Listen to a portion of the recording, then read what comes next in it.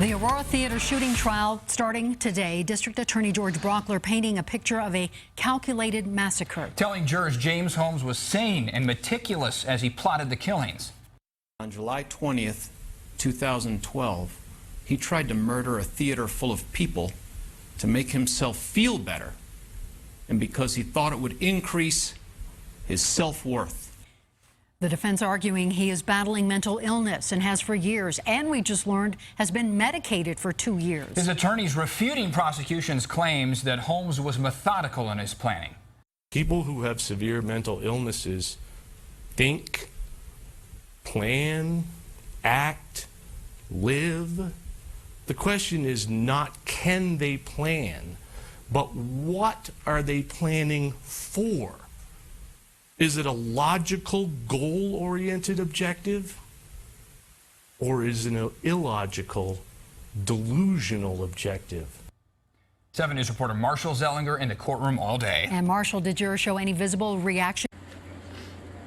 The most reaction they showed was after graphic images of the victims where they were inside the theater were shown to them, and that was not seen on the video, and that was done purposefully.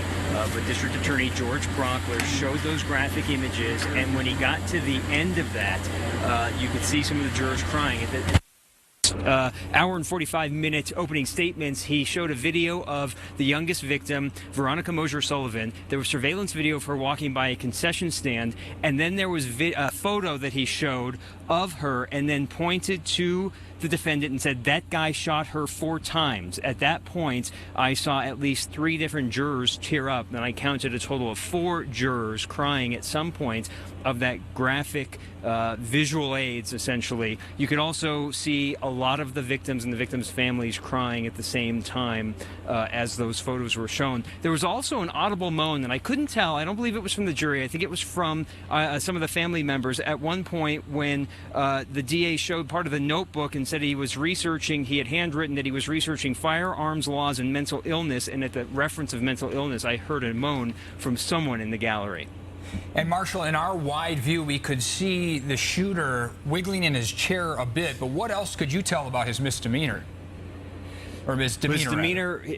His demeanor, Eric, he essentially stared in one direction, and that was referenced by his defense attorney, Daniel King, pointing out to the jury that you will see him appear disinterested or distracted, and that was his reference of saying that he is on medication, and that is as a result of the medication. I will tell you, I was the reporter sitting right next to his parents in the second row behind where he was seated, and throughout everything on both sides, when the prosecution was essentially painting him as a cold-blooded killer, they did not cry, they did not really react. At times, his dad would have his hands grasping each other, kind of rubbing his hands in what I would describe as like a nervous state. But clearly they've been talked to by the defense attorneys about what they were going to hear about their son, and they were prepared accordingly when they were referenced by both the prosecution and the defense. But as for the defendant himself, he seemed to be staring straight ahead, and he was reading from pieces of paper that had appears to be a book in large print printed on paper, and that's what occupied his time during the proceedings. All right, Marshall, thank you. And we want to bring in our legal expert, Dan Reck, now. So what do you think of both sides essentially using the same argument to prove sanity and insanity? Mm-hmm. Yeah, that's really true.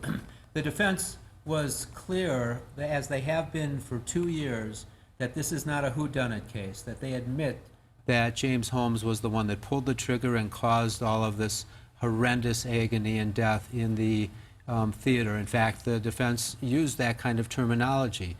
But they said that all 20 doctors, since he's been in custody, that have seen James Holmes agree, every one of them agrees that he suffers from a mental illness, which is schizophrenia, and that he's not faking. That begs the question of whether the mental illness rose to the level of insanity or not at the time he pulled the trigger. The defense, of course, says that he did, or that he was insane, and they have an expert, a world-renowned expert, they say, that will say that he was insane. How do you feel both sides did in making their case? What did they leave the jury with today? They already have seen a lot, even those graphic images, as Marshall was just explaining.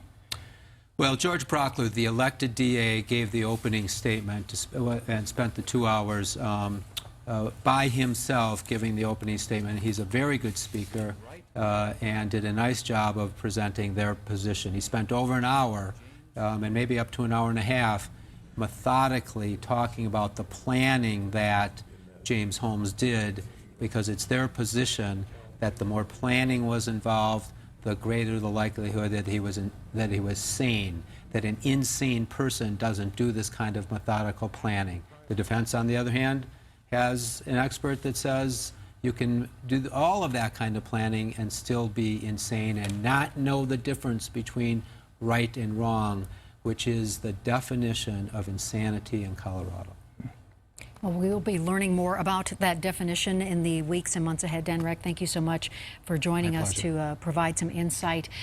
We will continue to bring you the trial on your phone and on your tablet using the 7 News app. You will also find information about the jury, each of the 12 people whose lives were lost that day.